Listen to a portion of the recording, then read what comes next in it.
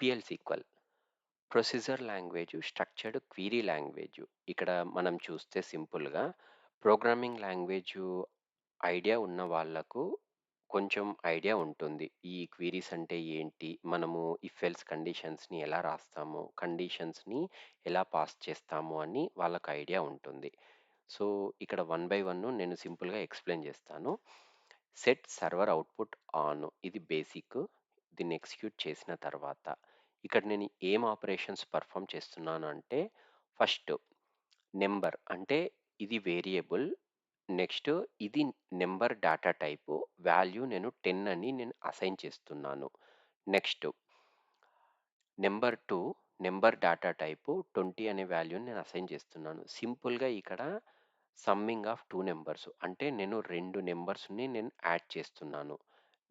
దీన్ని నేను ఎగ్జిక్యూట్ చేస్తే మీరిక్కడ చూడండి సమ్ ఆఫ్ 10 అండ్ 20 30. మీరిక్కడ చూస్తే మీకు క్లియర్‌గా తెలుస్తుంది. Some of 10 and 20 30. ఇక్కడ జరుగుతున్న ఆపరేషన్ ఏంటి అనంటే సింపుల్‌గా డిక్లేర్. డిక్లేర్ అనేది ఆప్షనల్. ఇది పిఎల్ సీక్వెల్ యొక్క సింటాక్స్. డిక్లేర్ అనేది ఆప్షనల్. సో, ఈ డిక్లేర్‌లో మనకి ఏవైతే వాల్యూస్ మనము డిరైవ్ చేసుకోవాలి ఆర్ అసైన్ చేసుకోవాలి అని అనుకుంటున్నామో, ఆ వాల్యూస్‌ని మనం అసైన్ చేసుకుంటాము. Next begin. ఇది మనకు మ్యాండేటరీ. ఇందులోనే మన ప్రోగ్రామ్ రిలేటెడ్ లాజిక్ అనేది మనం ఇందులో రాస్తాము. బిగిన్ అనేది. Next DBMS output put line. ఇది సేమ్ లైక్ ప్రింట్ స్టేట్మెంట్. మనకిది ప్రింట్ స్టేట్మెంట్ లాగా హెల్ప్‌ఫుల్ అవుతుంది. ఎక్సెప్షన్. ఎక్సెప్షన్ అనేది కూడా మనకు ఆప్షనల్. అంటే మనం రాసే ప్రోగ్రామ్‌లో ఏదైనా ఎర్రర్స్ ఉంటే మనకు ఇది ఎక్సెప్షన్స్‌లో మనకు చూపిస్తుంది. ఇది basic PL SQL block. Declare అనేది ఆప్షనల్. బిగిన్ అనేది మ్యాండేటరీ. మనం బిగిన్‌లో ప్రోగ్రామ్ రిలేటెడ్ లాజిక్ అనేది మనం రాస్తాము. నెక్స్ట్ ఎక్సెప్షన్ అనేది కూడా మనకు ఆప్షనల్. ఏదైనా ఎర్రర్స్ ఉంటే మనకి ఇది ఎక్సెప్షన్స్‌లో మనకు చూపిస్తుంది. సో, ఇందులో మనం ఎలాంటి ఆపరేషన్స్‌ని మనం పర్ఫార్మ్ చేస్తాము అనేది నేను నెక్స్ట్ చూపిస్తున్నాను. ఓకే. ఇప్పుడు నెక్స్ట్ కండిషనల్ కంట్రోల్ స్టేట్మెంట్స్. మన కండిషనల్ కంట్రోల్ స్టేట్మెంట్స్ అనంటే సింపుల్‌గా ఇఫ్ ఎల్స్ బ్లాక్స్. సో, ఇక్కడ మనం చూస్తే one by one if, if అనే కండిషన్ ఎందుకు యూజ్ చేస్తాము అనంటే ఒక వాల్యూ అంటే ఒక కండిషన్ ట్రూ అయితేనే మనము ఇఫ్ కండిషన్ అనేది యూజ్ చేస్తాము. ఇక్కడ మీరు చూడండి డిక్లేర్ ఒక వాల్యూని నేను డిక్లేర్ చేశాను n ఈజ్ ఈక్వల్ టు 5. ఇప్పుడు ఈ వాల్యూ అనేది ట్రూ అయితే అంటే 5 ఈజ్ గ్రేటర్ దాన్ 0 అంటే కండిషన్ అనేది ట్రూ. అప్పుడు మీరు చూడండి number is positive. If else black ఇది. మీరు ఇఫ్‌లో మీరు ప్రోగ్రామ్ యొక్క కండిషన్ అనేది మీరు రాస్తారు. నెక్స్ట్ ఎండ్ ఇఫ్, బిగిన్ రాస్తే మ్యాండేటరీగా మీరు ఎండ్ తోటి క్లోజ్ చేయాలి. నేనిప్పుడు ఇది రన్ చేస్తున్నాను. కండిషన్ ట్రూ కాబట్టి నంబర్ ఈస్ పాజిటివ్ అని వచ్చింది. మీరు చూడండి. ఇదే కండిషన్ ఫాల్స్ అయితే ఓకే. కండిషన్ ఫాల్స్ అయితే మీరు చూడండి ఏమొచ్చింది? Just PL SQL procedure completed successfully. ఈ క్వెరీ రిజల్ట్స్‌ని నేను రిమూవ్ చేసి రన్ చేస్తాను. మీకు ఐడియా వస్తుంది. చూడండి just PL SQL procedure completed successfully. అంతకు మించి మీకేం రాలేదు. అదే మీకు కండిషన్ ట్రూ అయితే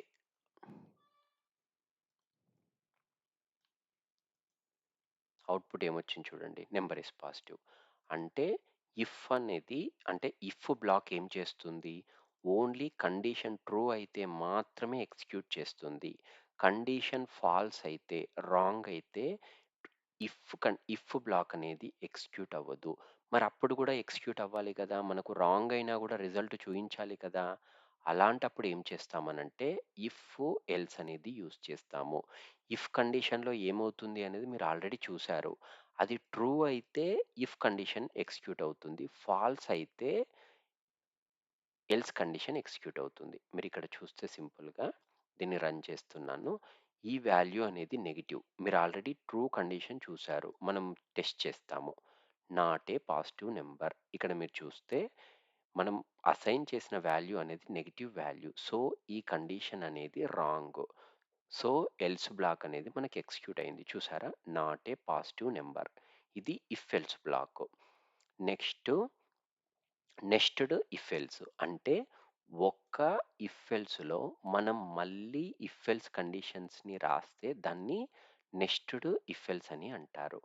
ఒక్క ఇఫ్ ఎల్స్‌లో మనం అది ఇఫ్‌లో అయినా రాసుకోవచ్చు, ఎల్స్‌లో అయినా రాసుకోవచ్చు. అది మన ప్రోగ్రామ్ అంటే మన రిక్వైర్మెంట్ రిలేటెడ్‌గా మనం రాసుకోవచ్చు. మీరది ఇఫ్‌లో అయినా రాయొచ్చు, ఎల్స్‌లో అయినా రాయొచ్చు. ఈ యూజ్ కేస్‌లో నేను ఎల్స్‌లో రాశాను చూడండి క్లియర్‌గా. ఎప్పుడైతే ఈ కండిషను అంటే number is equal to 10 number is equal to 10 అని అనుకుంటంటే ఇది వాల్యూ గ్రేటర్ దెన్ 10 ఈ కండిషను ట్రూ. అప్పుడు ఇది పాజిటివ్. ఇక్కడ చూడండి క్లియర్‌గా నేనిచ్చిన కండిషన్ బేస్డ్‌గా. నేనిది రన్ చేస్తున్నాను. సింపుల్‌గా ఇందులో ఇఫ్ మాత్రమే ఎగ్జిక్యూట్ అయిపోతుంది. Positive number. ఇక్కడ మీరు చూడండి పాజిటివ్ నంబర్. మళ్ళీ ఇది నేను రిమూవ్ చేస్తాను. మళ్ళీ రన్ చేస్తాను కావాలంటే చూడండి. Positive number. ఎందుకు? నేనిచ్చింది positive value.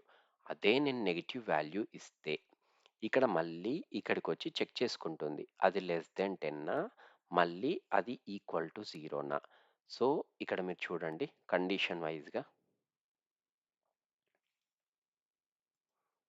Yeah! Negative number. ఎందుకు? ఆ వాల్యూ అనేది లెస్ దెన్ 0 కాబట్టి నెగెటివ్ నంబర్. అంటే ఇఫ్ కండిషన్ ఫెయిల్ అయింది. మళ్ళీ ఎల్స్‌లోకొచ్చింది. ఎల్స్‌లో మళ్ళీ చెక్ చేసుకుంది. అంటే ఎల్స్‌లో ఈ కండిషన్ ట్రూ అయింది కాబట్టి అది నెగెటివ్ నంబర్ అని చూయించింది. ఇప్పుడు నేను ఈక్వల్ టు 0 అని ఇచ్చాను. ఈక్వల్ టు 0 ఇచ్చి నేను రన్ చేస్తున్నాను.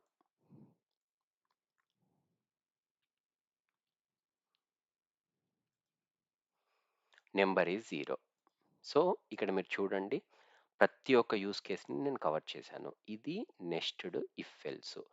ఒక ఇఫ్ ఎల్స్‌లో మళ్ళీ మల్టిపుల్ ఇఫ్ ఎల్స్‌ని రాయడాన్ని నెస్టెడ్ ఇఫ్ ఎల్స్ అని అంటారు. ఓకే.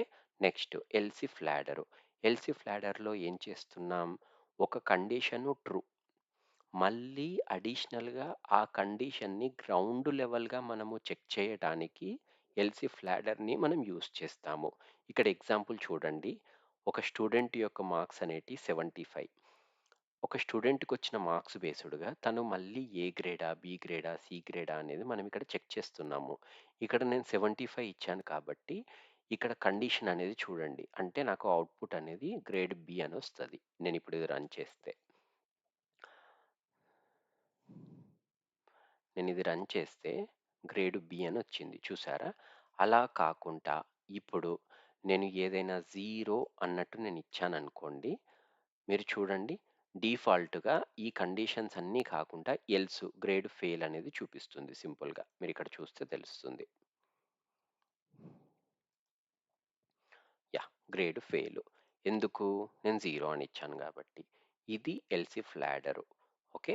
ఇవి కాకుండా మనకు పీఎల్ సీక్వెల్‌లో లూప్స్‌కి కూడా మనకు సపోర్ట్ చేస్తుంది. ఈ అంటే ఈ టైప్ ఆఫ్ ఫీజిబిలిటీ అనేటిది మనకు సీక్వెల్ సర్వర్‌లో అవైలబుల్ లేదు. ఓన్లీ ఒరాకిల్‌లో మాత్రమే ఈ ఫీజిబిలిటీ అనేది మనకు అవైలబుల్ ఉంది. Next loops. మనకు చాలా మందికి ప్రోగ్రామింగ్ లాంగ్వేజ్ ఐడియా ఉన్న వాళ్ళకు లూప్స్, కండిషనల్ కంట్రోల్ స్టేట్మెంట్స్ అంటే మనకు ఐడియా ఉంటుంది సింపుల్‌గా. లూప్స్ అంటే మనం వాటిని ఇటరేటివ్ స్టేట్మెంట్స్ అని అంటాము సింపుల్‌గా. అంటే ఇక్కడ నేను ఏం చేస్తున్నాను? ఓకే. నేనొక వాల్యూని డిక్లేర్ చేశాను. ఆ వాల్యూ అనేది నాకు ఇంక్రీజ్ అవుతూ ప్రింట్ అవుతుంది. ఎప్పుడు వాల్యూ అనేది స్టాప్ అవుతుంది అంటే, ఈ లూప్ అనేది స్టాప్ అవుతుంది అనంటే, ఎప్పుడైతే ఆ కండిషన్ అనేది ఇక్కడ మ్యాచ్ అవుతుందో, అంటే వాల్యూ అనేది గ్రేటర్ థాన్ 5 అయితే నాకు లూప్ నుండి బయటికొస్తుంది. నేను ఈ క్వెరీని రన్ చేస్తే, అంటే ఈ బ్లాక్‌ని రన్ చేస్తే మీకు అవుట్‌పుట్ ఏమొస్తుందో చూడండి. 1, 2, 3, 4, 5 ఎప్పుడైతే వాల్యూ గ్రేటర్ థాన్ 5 అవుతుందో అప్పుడు ఎగ్జిట్ అయిపోతుంది. అంటే లూప్ నుంచెళ్ళి బయటికి రావడం. ఎగ్జిట్ అవ్వడం అనంటే. మనకు ఏమేం లూప్స్ ఉన్నాయి సింపుల్‌గా వైల్ లూపు. సేమ్ కండిషను ఇక్కడ నేను వైల్ యూజ్ చేస్తున్నాను.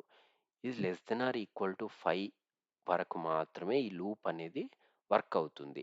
ఈ కండిషన్ ఎప్పుడైతే 5కి మ్యాచ్ అవుతుందో ఆటోమేటిక్‌గా లూప్ అనేది బ్రేక్ అయిపోతుంది. చూడండి క్వెరీ రిజల్ట్స్‌ని రిమూవ్ చేశాను. వైల్ కండిషన్‌ని రన్ చేస్తున్నాను.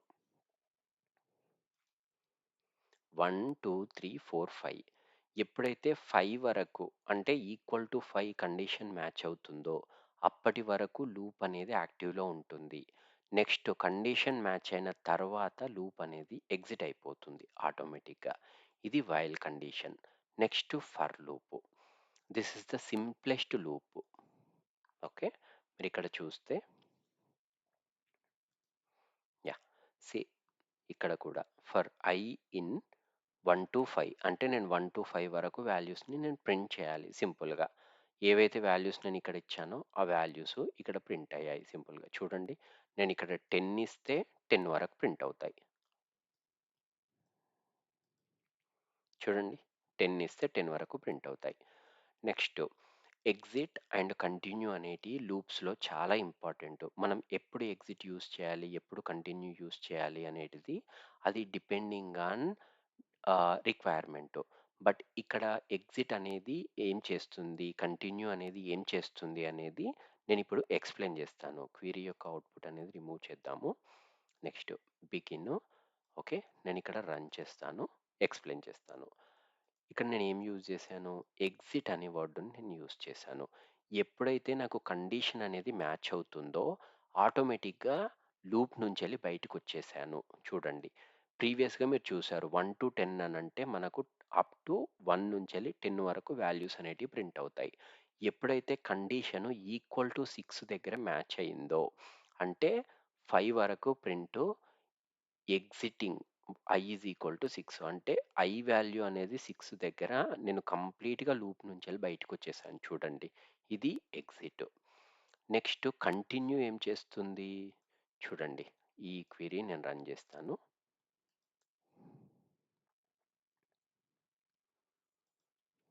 యాహ్! సో, ఇక్కడ మీరు చూడండి, నేను 1-5 వరకు ఇచ్చాను. లేదు అనంటే 1-10 వరకు ఇద్దాము. చూద్దాం. ఏంటి అనేది నేను ఎక్స్‌ప్లెయిన్ చేస్తాను. చూడండి, కంటిన్యూ యూజ్ చేస్తే ఏదైతే వాల్యూ నేనిక్కడ ఇచ్చానో ఆ వాల్యూ తప్ప అంటే ఈ వాల్యూ ఒక్కటే స్కిప్ అవుతుంది. రిమైనింగ్ వాల్యూస్ అన్నీ ప్రింట్ అవుతాయి. మీరు కావాలంటే చూడండి. 1, 2 ఇక్కడ వాల్యూ ఆఫ్ లేదు. నేను స్కిప్పింగ్‌కి ఇచ్చాను కాబట్టి. ఎందుకనంటే ఈ కండిషన్ మ్యాచ్ అయితే దీన్ని స్కిప్ చేసి చూయించు అని మీనింగు. అందుకే ఇక్కడ స్కిప్పింగ్. ఈ వాల్యూ తప్ప రిమైనింగ్ వాల్యూస్ అన్నీ ప్రింట్ అయ్యాయి చూడండి. ఇది ఎగ్జిట్‌కిను, కంటిన్యూకి ఉన్న డిఫరెన్స్. ఓకే. నెక్స్ట్ ఫైనల్‌గా ఎగ్జిట్ యూజ్ చేసి కూడా మనం లూప్స్‌ని యూజ్ చేయొచ్చు. ఇక్కడ చూడండి, ఎగ్జిట్ వెన్ ఇది ఆల్రెడీ నేను ఫస్ట్‌లో చెప్పింది. మనము లూప్స్‌ని డిఫరెంట్ వేగా యూజ్ చేయొచ్చు. ఫస్ట్‌ది ఎగ్జిట్ యూజ్ చేయొచ్చు. సెకండ్‌ది వైల్ కండిషన్ యూజ్ చేయొచ్చు. థర్డ్‌ది ఫర్ లూప్ కూడా యూజ్ చేయొచ్చు. బేసిక్‌గా మనం ఫర్ అండ్ వైల్ మాత్రమే ఎక్కువ యూజ్ చేస్తాము రియల్ టైమ్ సినారియోస్ రిలేటెడ్‌గా. సో, ఇవి మనకు కండిషనల్ కంట్రోల్ స్టేట్మెంట్స్. ఇవి కాకుండా అడిషనల్‌గా ఇంకా పీఎల్ సీక్వెల్ వేటికి సపోర్ట్ చేస్తుంది చూద్దాం. Okay. Next variables and attributes.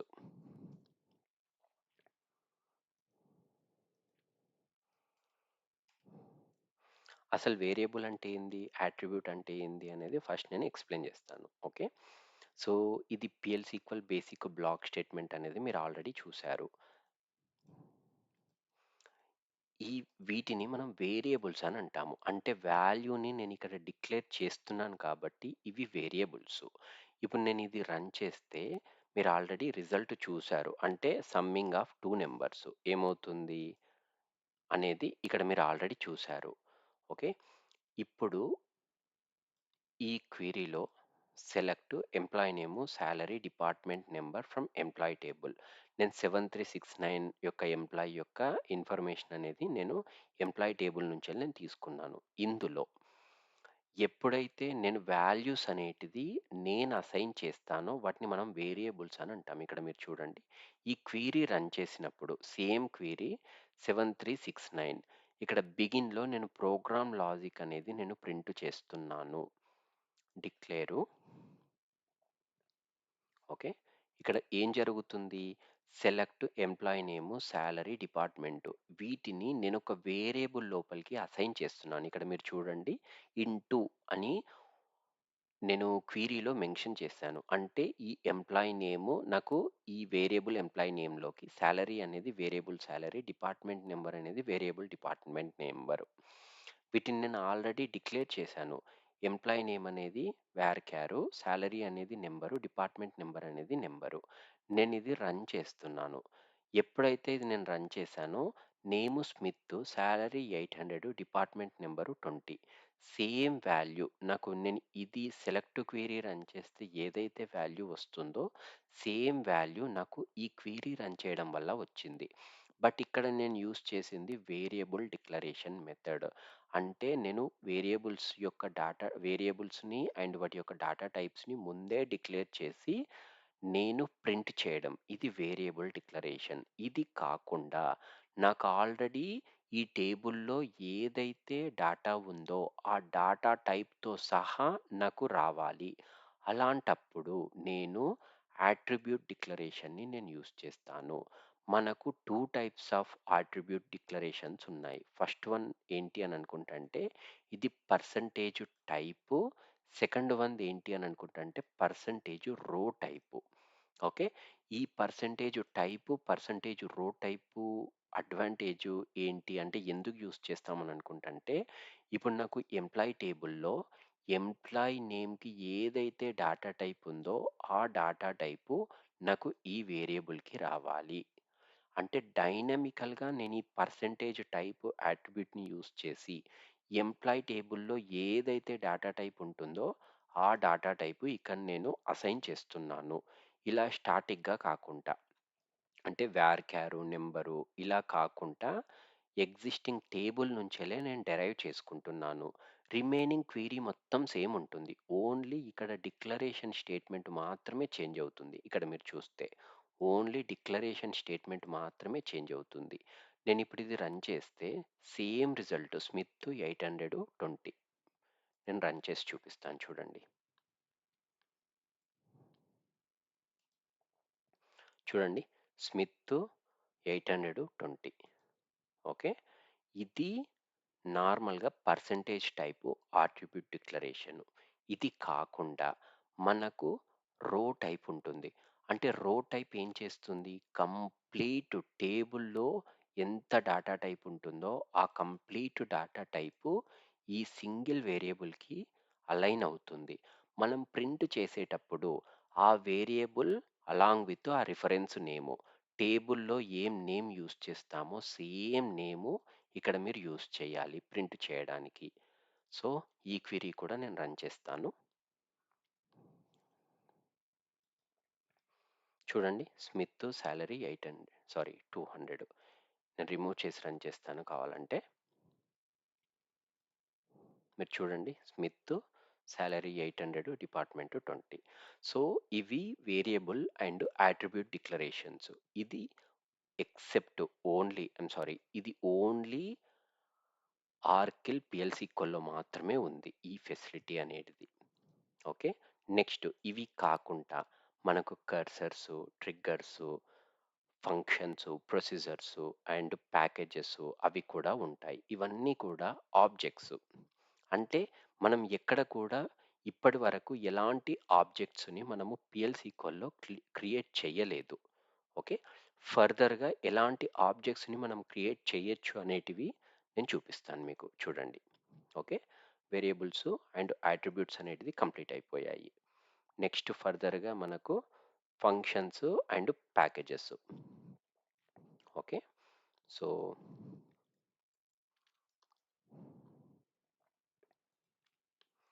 ఇక్కడ మీరు చూస్తే యాహ్!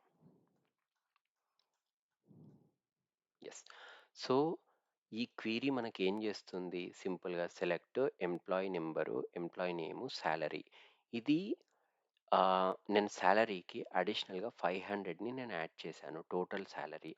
ఓకే. ఒక ఎంప్లాయీ నంబర్ తీసుకొని, ఆ ఎంప్లాయీ నంబర్ స్పెసిఫిక్ సాలరీని మనం క్యాలిక్యులేట్ చేసాము ఇందులోపల. సో, మనము సేమ్ క్వెరీని ఫంక్షను, ప్రొసీజరు, ప్యాకేజెస్‌ని క్రియేట్ చేయడానికి యూజ్ చేస్తాము. ఫస్ట్ ఫంక్షన్ అంటే ఏంటి? సింపుల్‌గా ఒక ఫంక్షన్ అంటే ఇట్స్ ఏ ఆర్కిల్ ఆబ్జెక్ట్. అది ఒక ఒరాకిల్ ఆబ్జెక్ట్. సేమ్ మనము టేబుల్స్, వ్యూస్ ఎలా క్రియేట్ చేస్తామో ఫంక్షన్ కూడా సేమ్ అలానే. బట్ అడ్వాంటేజ్ ఏంటి?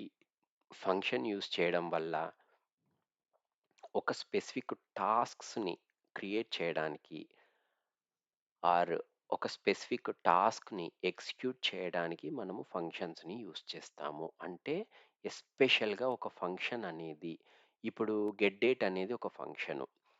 ఓకే. సేమ్ సిస్‌డేట్ అనేది ఒక ఫంక్షను. ఇప్పుడు సెలెక్ట్ సిస్‌డేట్ ఫ్రమ్ డ్యూయల్ అని ఇస్తే మనకు సిస్టమ్ డేట్ అనేది వస్తుంది. చూపిస్తాను. Select sysdate from dual. Dual అంటే డమ్మీ టేబుల్ ఒరాకిల్‌లో. మనకు సిస్టమ్ డేట్ అనేది వస్తుంది చూడండి. 25థ్ జనవరి 2026. ఇవన్నీ కూడా సిస్టమ్ డిఫైన్డ్ ఫంక్షన్స్. అంటే ఇవన్నీ కూడా ప్రీ డిఫైన్డ్ ఫంక్షన్స్. ఇప్పుడు ఈ ఫంక్షన్ ఏం చేసింది? ఒక స్పెసిఫిక్ టాస్క్ని ఎగ్జిక్యూట్ చేసింది. సేమ్ అలానే ప్రతి ఒక్క ఫంక్షన్ కూడా ఒక ఇండివిజువల్గా ఒక స్పెసిఫిక్ టాస్క్ని ఎగ్జిక్యూట్ చేయడానికి యూస్ చేస్తాము. ఈ యూస్ కేస్లో నేను నార్మల్గా ఈ పర్టిక్యులర్ రిలేటెడ్ అవుట్పుట్ని మనకు ఎగ్జిక్యూట్ చేయడానికి ఈ ఫంక్షన్ని నేను క్రియేట్ చేస్తున్నాను. ఓకే. ఈ ఫంక్షన్ యొక్క సింటాక్స్ ఏంది? Create or replace function. ఇది ఫంక్షన్ నేము. నేను ఏమేం పాస్ చేస్తున్నా? ఎంప్లాయీ నెంబర్ పాస్ చేస్తున్నాను. బోనస్ కూడా నేను పాస్ చేస్తున్నాను. ఈ 2 వాల్యూస్‌ని పాస్ చేస్తే నాకు రిటర్న్ డాటా టైప్ అనేది నాకు నెంబర్ వస్తుంది. రిటర్న్‌గా వచ్చేది నాకు టోటల్ సాలరీ అనేది నాకు రిటర్న్ లాగా వస్తుంది. ఇది సింపుల్ ఎగ్జాంపుల్ కాబట్టి నేను సింపుల్‌గా ఆహ్, యూజ్ కేసెస్‌లో యూజ్ చేస్తున్నాను. బట్ రియల్ టైమ్‌లో మనకు చాలా కాంప్లెక్స్ రిలేటెడ్ కూడా ఉండే పాసిబిలిటీ ఉంటుంది. సో, ఇప్పుడు నేను ఈ క్వెరీని రన్ చేసినప్పుడు మనకు ఫంక్షన్ అనేది క్రియేట్ అవుతుంది ఆటోమేటిక్‌గా. రన్ చేశాను. మనకు ఫంక్షన్ అనేది క్రియేట్ అయిపోయింది. సరే. ఇప్పుడు ఈ ఫంక్షన్‌ని మనము ఎలా చూడవచ్చు? అంటే ఎక్కడ చూడవచ్చు? ఈ ఫంక్షన్‌ని ఎలా ఎగ్జిక్యూట్ చేయాలి? ఇక్కడ లెఫ్ట్ సైడు డ్రాగ్ చేస్తే మనకు ఫంక్షన్స్ ఉన్నది. ఓకే. ఇక్కడ మీరు చూడండి. నేను ఏదైతే ఫంక్షన్‌ని క్రియేట్ చేశానో, ఆ ఫంక్షన్ అనేది ఇక్కడ క్రియేట్ అయింది. మీరు చూసారా? ఇప్పుడు ఈ ఫంక్షన్‌ని ఎలా ఎగ్జిక్యూట్ చేయాలి? ఇక్కడ మీరు చూడండి. సింపుల్ సెలెక్ట్ క్వెరీలో ఏవేవైతే వాల్యూస్ నేను తీసుకున్నానో ఆ వాల్యూస్ నెక్స్ట్ ఎంటైర్ టేబుల్ లెవెల్‌లో నేనిచ్చాను చూడండి ఎంప్లాయీ నంబర్‌కి. ప్రతి వాల్యూకి మీకు 500 అనే వాల్యూ అనేది మీకు యాడ్ అవుతుంది. టోటల్ సాలరీ లాగా. మీకు యాక్చువల్ సాలరీ ఏంటి అనేది మీకిక్కడ కనిపిస్తుంది చూడండి. ఓకే. నేను 500 యాడ్ చేశాను.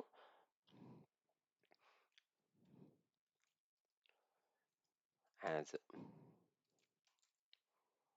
సాలరీ. ఒక ఫంక్షన్‌ని మనం ఎలా ఎగ్జిక్యూట్ చేస్తాము? ఇక్కడ మీరు చూడండి. చూస్తున్నారు గదా! సింపుల్‌గా. ఈ రిజల్ట్ ఏదైతే వచ్చిందో, ఈ రిజల్ట్ కూడా సేమ్ అదే వచ్చింది. అంటే ఇంటర్నల్‌గా ఈ ఆపరేషనే నేను ఫంక్షన్ యూజ్ చేసుకొని పెర్ఫార్మ్ చేస్తున్నాను. మెయిన్ ఫంక్షన్స్, ప్రొసీజర్స్, ప్యాకేజెస్ ఎందుకు యూజ్ చేస్తాము అనంటే రీయూజబిలిటీ పర్పస్‌గా. అంటే నాకు ఇక్కడ సింపుల్ లాజిక్ కాబట్టి నేను ఇక్కడ డెవలప్ చేశాను. సింపుల్ లాజిక్ రిలేటెడ్‌గా. బట్ అదే సమ్ కాంప్లెక్స్ లాజిక్ ఉండే పాసిబిలిటీ ఉంటుంది. అలాంటి టైంలో ఏం చేస్తాము? ఒక సింపుల్ ఫంక్షన్‌ని లేకుంటే ప్రొసీజర్‌ని లేకుంటే ప్యాకేజెస్‌ని క్రియేట్ చేసి మనము సింపుల్‌గా ఎగ్జిక్యూట్ చేస్తే మనకు అవుట్‌పుట్ అనేది వచ్చేస్తుంది. ఇది ఈ విధంగా మనం ఒక ఫంక్షన్‌ని ఎలా యూజ్ చేస్తాము అనేది నేను ఎక్స్‌ప్లెయిన్ చేస్తున్నాను. అలా కాకుండా సింపుల్‌గా మీరు సెలెక్ట్ క్వెరీలో ఇచ్చేసి ఏదైతే వాల్యూ ఇస్తారో ఆ వాల్యూ అనేది మీకు రిటర్న్ వచ్చేస్తుంది. ఇక్కడ మీరు చూడండి. ఇది ఫంక్షన్ యొక్క యూజ్ కేసు. నెక్స్ట్ ఫంక్షన్ ఎలా డ్రాప్ చేస్తాము? సింపుల్. డ్రాప్ ఫంక్షను, ఫంక్షన్ నేము. ఏదైతే ఫంక్షన్ మనం క్రియేట్ చేసామో దాన్ని రన్ చేస్తే ఫంక్షన్ అనేది డ్రాప్ అయిపోయింది.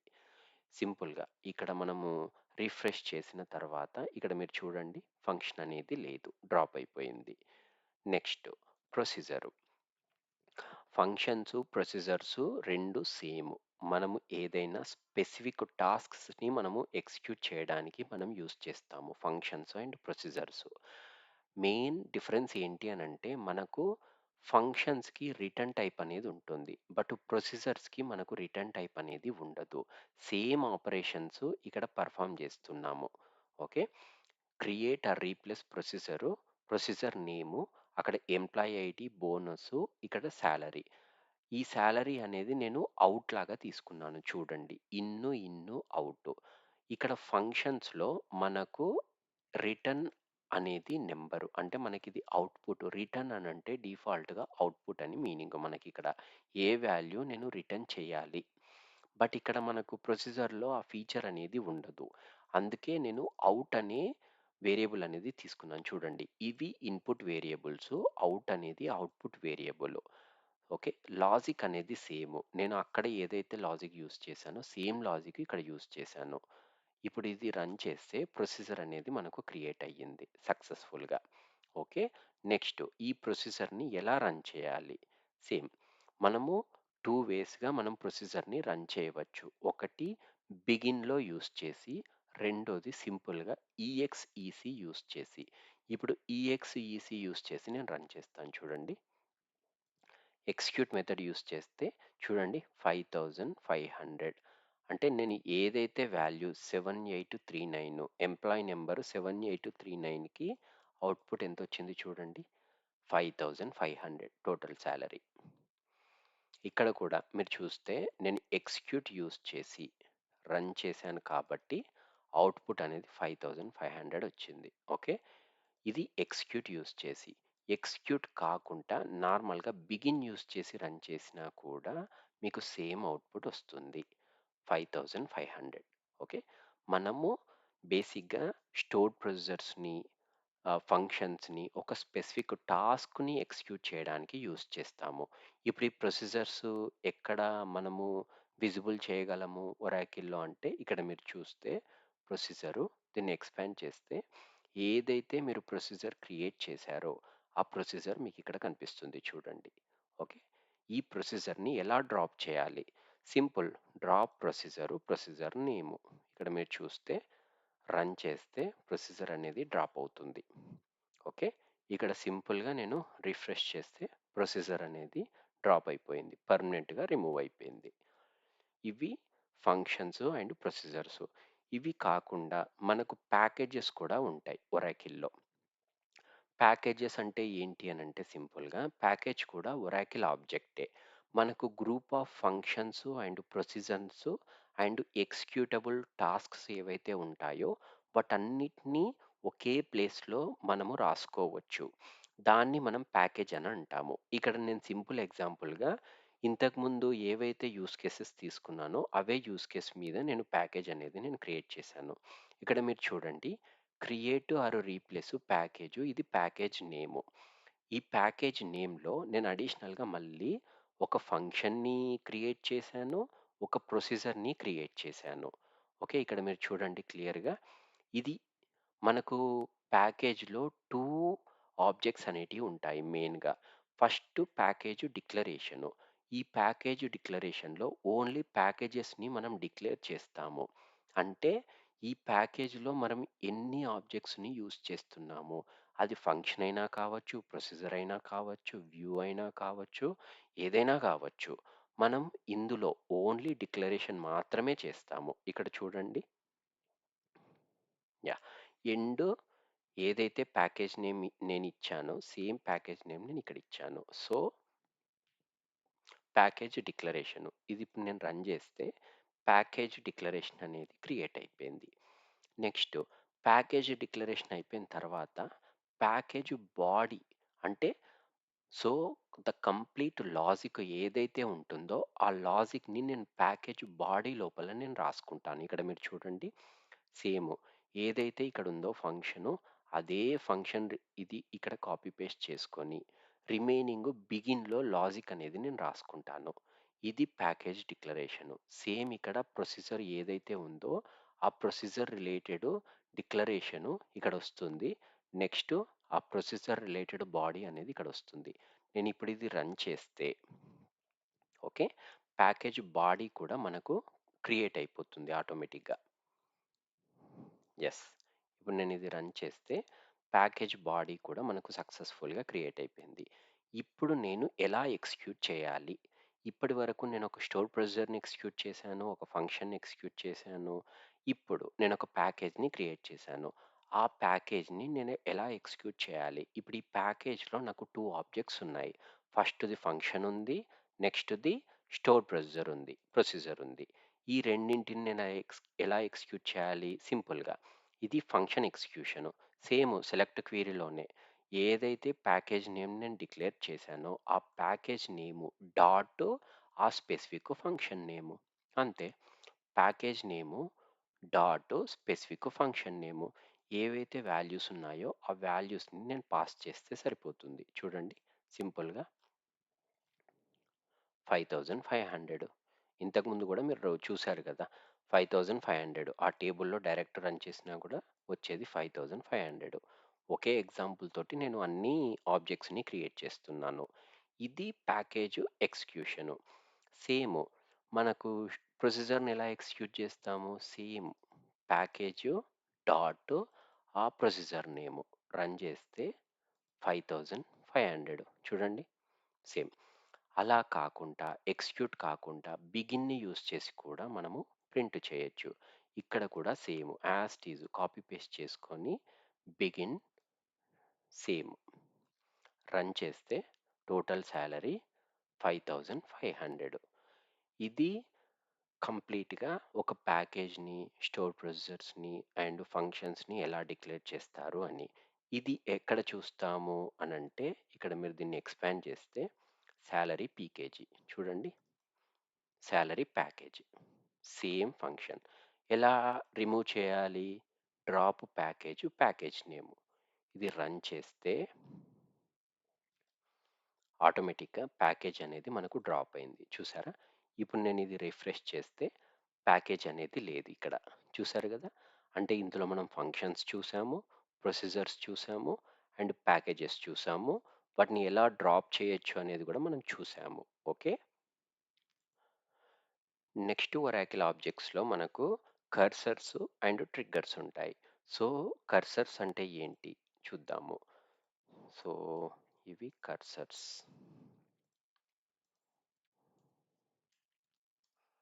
ఓకే. ఫస్ట్ కర్సర్ అంటే ఏంది? కర్సర్ అంటే ఏంటి అనంటే సింపుల్‌గా మనము ఒరాకిల్‌లో ఎస్‌క్యూఎల్ క్వెరీని మనం రన్ చేసినప్పుడు టెంపరరీగా మనము ఆ క్వెరీ రిలేటెడ్ రిజల్ట్స్‌ని ఒక ఆబ్జెక్ట్స్‌లో స్టోర్ చేసుకుంటాము. అది టెంపరరీగా మాత్రమే స్టోర్ చేసుకుంటాము. వాటిని మనము కర్సర్స్ అని అంటాము. ఈ కర్సర్స్ అనేటివి పర్మనెంటా అనంటే కాదు. ఎప్పుడైతే ఆ క్వెరీ రిజల్ట్స్ అనేటివి ఎగ్జిక్యూట్ అవుతుందో ఆటోమేటిక్‌గా మనకు కర్సర్ కూడా రిమూవ్ అయిపోతుంది. ఓకే. మీరిక్కడ లెఫ్ట్ సైడ్ గూడా చూస్తే ఎక్కడ కూడా ఇప్పటివరకు మనం టేబుల్స్‌ని క్రియేట్ చేసాము, వ్యూస్‌ని క్రియేట్ చేసాము, ఇండెక్సెస్‌ని క్రియేట్ చేసాము, ప్యాకేజెస్ క్రియేట్ చేసాం, ప్రొసీజర్ క్రియేట్ చేసాం, ఫంక్షన్స్‌ని క్రియేట్ చేసాము. ఎక్కడనైనా మనకు కర్సర్స్ అనేటివి ఉన్నాయా చూడండి. కర్సర్స్ అనేటివి జస్ట్ టెంపరరీ స్టోరేజ్ డివైసెస్. అంటే టెంపరరీ స్టోరేజ్ పర్పస్ మాత్రమే మనము ఈ కర్సర్స్ అనేటివి యూజ్ చేస్తాము. ఇవి పర్మనెంట్‌గా స్టోర్ అవ్వవు. అంటే కర్సర్స్ అనేటివి పర్మనెంట్‌గా స్టోర్ అయ్యే ఆబ్జెక్ట్స్ అనేటివి కావు ఆర్కిల్‌లో. మనకు ఏమేం కర్సర్స్ ఉన్నాయి అనంటే, మనకు బేసిక్‌గా 2 టైప్స్ ఆఫ్ కర్సర్స్ అనేటివి ఉన్నాయి. ఒకటి ఇంప్లిసిట్ కర్సరు. రెండోది ఎక్స్‌ప్లిసిట్ కర్సరు. ఓకే. ఫస్ట్ ఈ ఇంప్లిసిట్ కర్సర్స్‌లో ఏమేమొస్తాయి అనంటే, select, into, insert, update, delete అంటే only single row level of operations ఏవైతే పర్ఫార్మ్ అవుతాయో మనకు తెలుసు ఇన్సర్ట్, అప్డేట్, డిలీట్ అనేది రో by rho operation. Select into కూడా మనకు రో బై రో ఆపరేషను. ఈ సెలెక్ట్ ఇంటూ కూడా మనం యూజ్ చేసాం ఇప్పటివరకు ఒక వేరియబుల్‌లోకి వాల్యూస్‌ని లోడ్ చేయడానికి. ఓకే. ఇవి ఆర్కిల్ ఇంజిన్‌తో ఆటోమేటికల్‌గా క్రియేట్ అవుతాయి. ఈ కర్సర్స్ అనేటివి. మనం ఎక్స్‌ప్లిసిట్‌గా వీటినేం క్రియేట్ చేయము. అందుకే మనం వీటిని ఇంప్లిసిట్ కర్సర్స్ అని అంటారు. సో, వీటికి డిక్లరేషను అవి ఇవి అన్నట్టు ఏం లేవు ఈ ఇంప్లిసిట్ కర్సర్స్. ఇందులో ఏమేముంటాయి మెయిన్‌గా ఈ ఇంప్లిసిట్ కర్సర్స్‌లో అనంటే ఫస్ట్ ఎస్‌క్యూఎల్ పర్సెంటేజ్ ఫౌండ్. ఏదైనా ఒక్క రో అట్‌లీస్ట్ 1 రో ఎఫెక్ట్ అయితే అంటే ఆ రికార్డ్ అనేది మనకు ఫెచ్ అయితే సీక్వెల్ పర్సెంటేజ్ ఫౌండ్ అనేది మనకు చూపిస్తుంది. అంటే ఆ వాల్యూ అనేది ఇక్కడ రిటర్న్ అవుతుంది. Same percentage not found sequel percentage not found అనంటే మనకు ఏ రో కూడా ఎఫెక్ట్ కాకుంటే మనకు రిజల్ట్ అనేది ఇక్కడ చూపిస్తుంది. ఇవి కాకుండా ఏమైనా రోస్ ఎఫెక్ట్ అయితే మనం చేసిన అప్డేట్ వల్ల, ఇన్సర్ట్ వల్ల, డిలీట్ వల్ల ఎన్ని రోస్ అనేటివి ఎఫెక్ట్ అయ్యాయి అనేటివి మనకు ఇక్కడ చూపిస్తుంది. ఇవి అన్నీ ఆర్కిల్ ఇన్‌బిల్ట్ కర్సర్స్. అందుకే వీటిని ఇంప్లిసిట్ కర్సర్స్ అని అంటారు. ఓకే. మనం ప్రాక్టికల్‌గా చూద్దాము. Select star from EMP. Okay. Employee number 9999. ఈ ఎంప్లాయీ నంబర్ అసలు లేనే లేదు మనకు ఎంప్లాయీ టేబుల్‌లో. ఓకే. ఇప్పుడు ఎగ్జాంపుల్‌గా చూస్తాము. వేరే ఎంప్లాయీ నంబర్ తీసుకొని ట్రై చేస్తాము. ఇదే కాపీ పేస్ట్ చేస్తాను.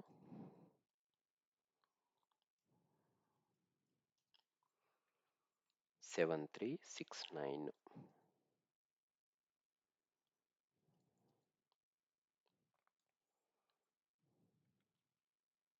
ఓకే. సో మనకు 7369 రిలేటెడ్ రికార్డ్ అనేది మనకు అవైలబుల్ ఉంది. ఇప్పుడు ఏం చేస్తున్నాను, ఇది యాట్రిబ్యూట్ పర్సెంటేజ్ టైప్ డిక్లరేషను. ఇక్కడ నేను సీక్వెల్ పర్సెంటేజ్ ఫౌండ్ అనేది నేను యూస్ చేశాను. ఎప్పుడైతే నేను 7369 యూస్ చేస్తానో ఓకే, నాకు ఎంప్లాయీ ఫౌండ్ అని వస్తుంది చూడండి. ఎందుకనంటే ఆ ఎంప్లాయీ అనేటోడు ఉన్నాడు కాబట్టి. నేను ఇది ఫస్ట్ ఓల్డ్ రికార్డ్స్ నేను రిమూవ్ చేస్తాము. యా యా ఎంప్లాయీ ఫౌండ్ ఎందుకొచ్చింది? ఈ ఎంప్లాయీ మనకు అవైలబుల్ ఉన్నాడు కాబట్టి అందుకే సీక్వెల్ పర్సెంటేజ్ ఫౌండ్ అనేది ఈ ఎంప్లాయీని ఐడెంటిఫై చేసింది. అందుకే ఎంప్లాయీ ఫౌండ్ అని వచ్చింది. అలా కాకుండా ఇప్పుడు 9999 యూస్ చేస్తే మనకు ఈ ఎంప్లాయీ మనకు డేటాబేస్‌లో లేరు. నేను ఈ క్వెరీ రన్ చేస్తే మీరు చూడండి నో ఎంప్లాయీ అప్డేటెడ్. ఎందుకనంటే మనకు 9999 అనే రికార్డు మనకు డేటాబేస్‌లో లేదు. ఇక్కడ మీరు చూడండి. రికార్డ్ లేదు. అందుకే percentage not found. Not found కాబట్టి నో ఎంప్లాయీ అప్డేటెడ్ ఆటోమేటిక్‌గా. ఇక్కడ చూస్తే మీకు తెలుస్తుంది.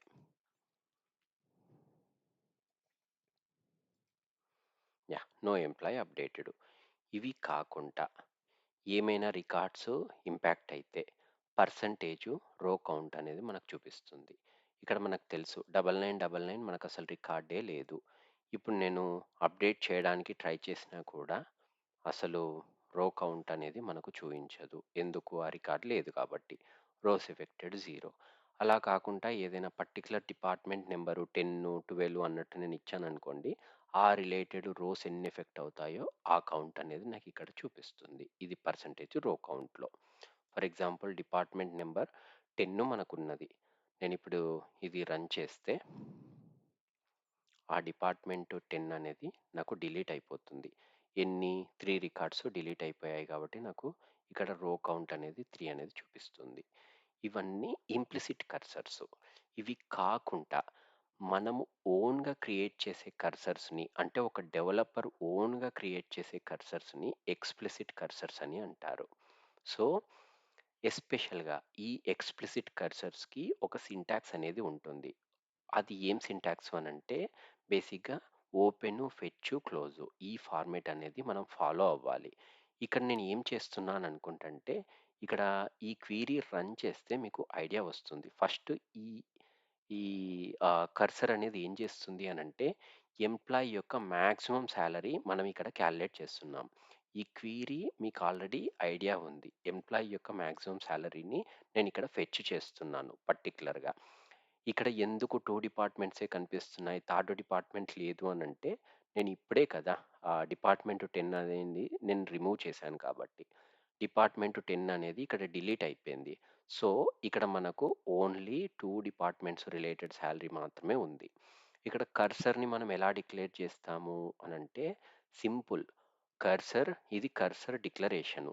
ఇందులో ఈ డాటాని నేను హోల్డ్ చేస్తున్నాను. అంటే ఈ క్వెరీ రిలేటెడ్ రిజల్ట్స్‌ని నేను హోల్డ్ చేస్తున్నాను. ఈ క్వెరీ ఇక్కడ పర్సెంటేజ్ రో టైపు.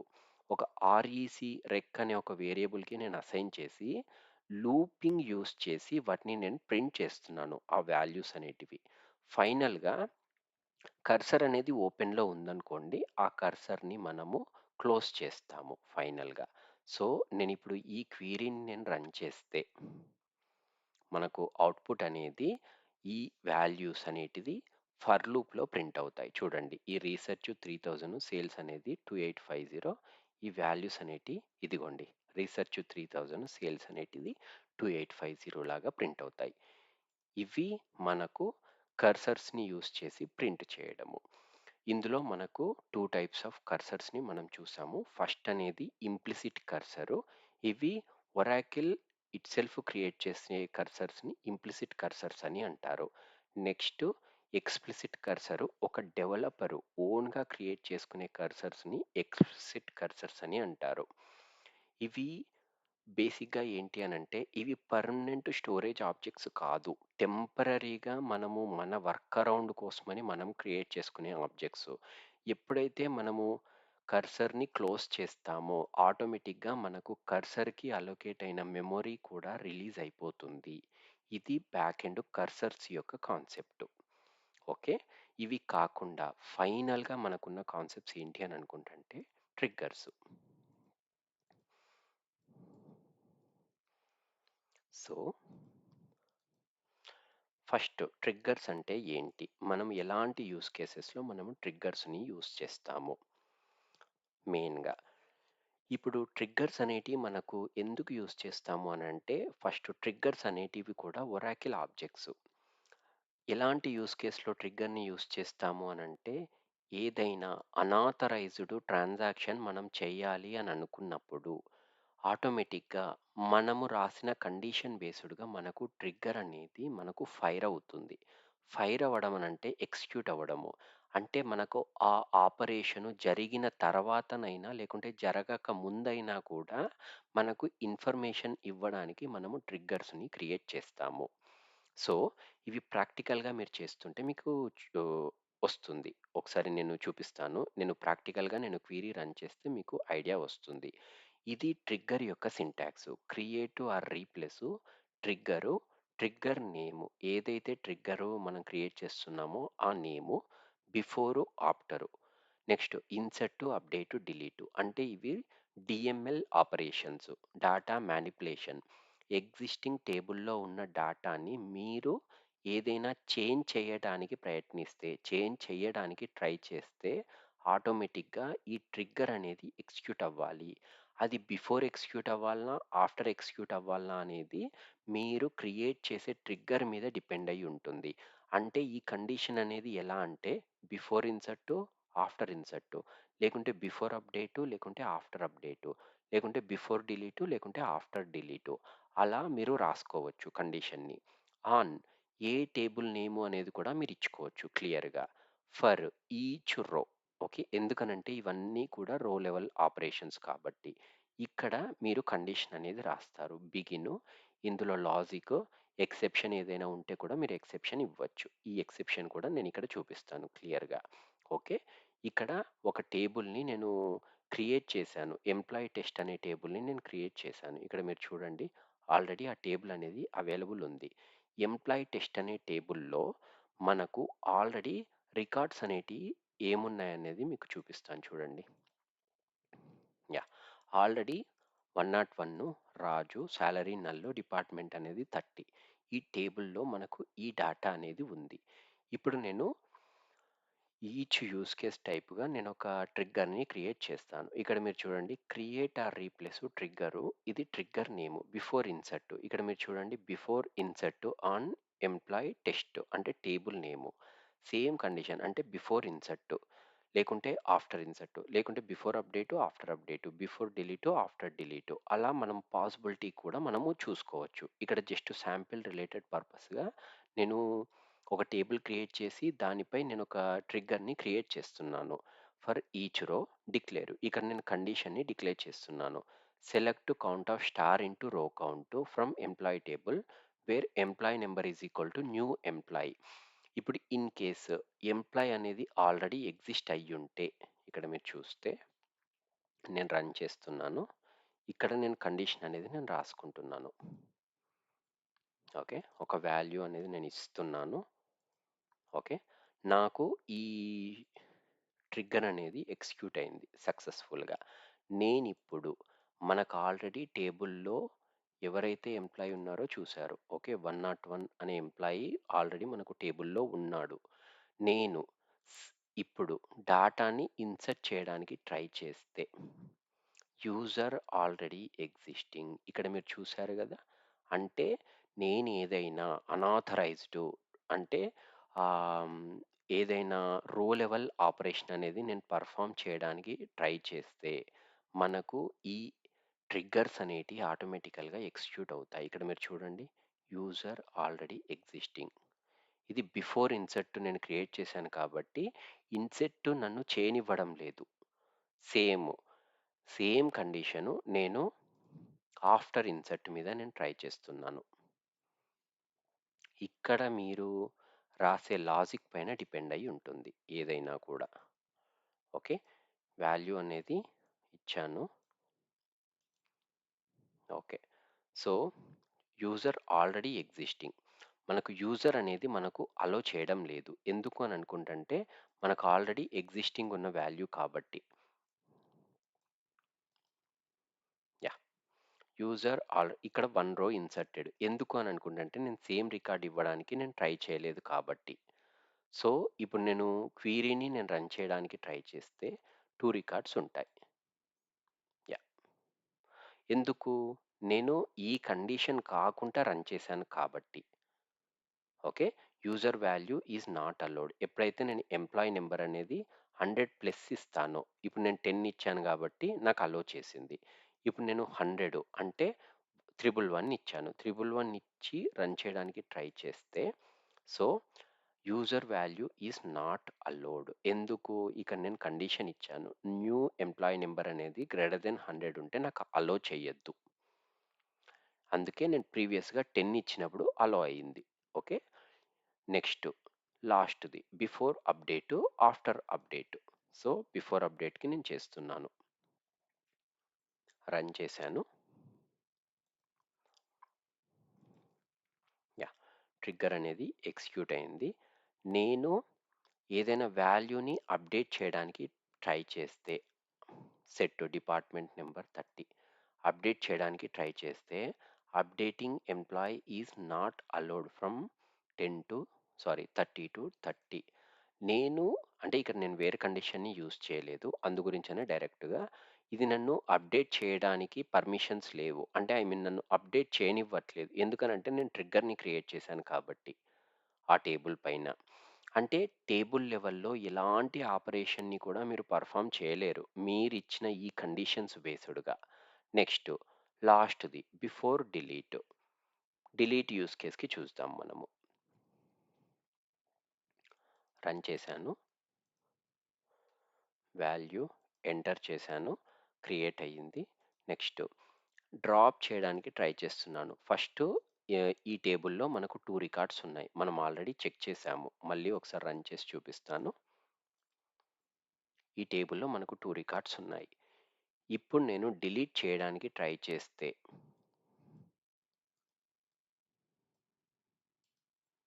చూడండి. Deleting employee is not allowed. ఎందుకు? ఇక నేను ట్రిగ్గర్‌ని క్రియేట్ చేశాను కాబట్టి. సో, ఇవి ట్రిగ్గర్స్ కాన్సెప్ట్. బేసిక్‌గా ఏదైనా ఆపరేషన్‌ని పెర్ఫార్మ్ చేయాలి అని అనుకుంటే అవి మనకు అలో చెయ్యవు. ఇవి ట్రిగ్గర్స్ యొక్క మెయిన్ కాన్సెప్ట్.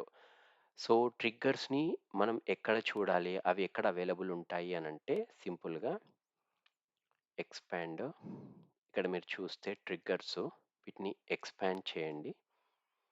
మీరు ఎన్ని ట్రిగ్గర్స్ అయితే క్రియేట్ చేశారో నేను 4 ట్రిగ్గర్స్‌ని క్రియేట్ చేశాను. ఆ 4 ట్రిగ్గర్స్ అనేటివి ఇక్కడ మీకు అవైలబుల్ ఉంటాయి. ఓకే. నెక్స్ట్ ట్రిగ్గర్స్‌ని మనం ఎలా రిమూవ్ చేయాలి సింపుల్‌గా డ్రాప్ ట్రిగ్గరు, ట్రిగ్గర్ నేము. ఏదైతే ట్రిగ్గర్‌ని మీరు డిలీట్ చేయాలి అని అనుకుంటున్నారో రన్ చేస్తే ట్రిగ్గర్ అనేది డ్రాప్‌డ్. బిఐ నెక్స్ట్ ఏఐ అవే నేమ్‌తో నేను క్రియేట్ చేశాను. ఆఫ్టర్ ఇన్సర్ట్, బిఫోర్ ఇన్సర్ట్ అలా. Okay. BI deleted. Next DEL.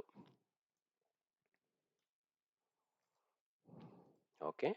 Next UP. So, అన్ని ట్రిగ్గర్స్‌ని కూడా నేను డ్రాప్ చేశాను. ఒక్కసారి రిఫ్రెష్ చేస్తే మనకు ఏవైతే ట్రిగ్గర్స్ నేను క్రియేట్ చేశానో ఆ ట్రిగ్గర్స్ అనేటివి కూడా కంప్లీట్గా డ్రాప్ అయిపోయాయి. సో ఇది కంప్లీట్గా ఆర్కిల్ with PLC equal. So that's all about this video, guys. Thank you. Please subscribe.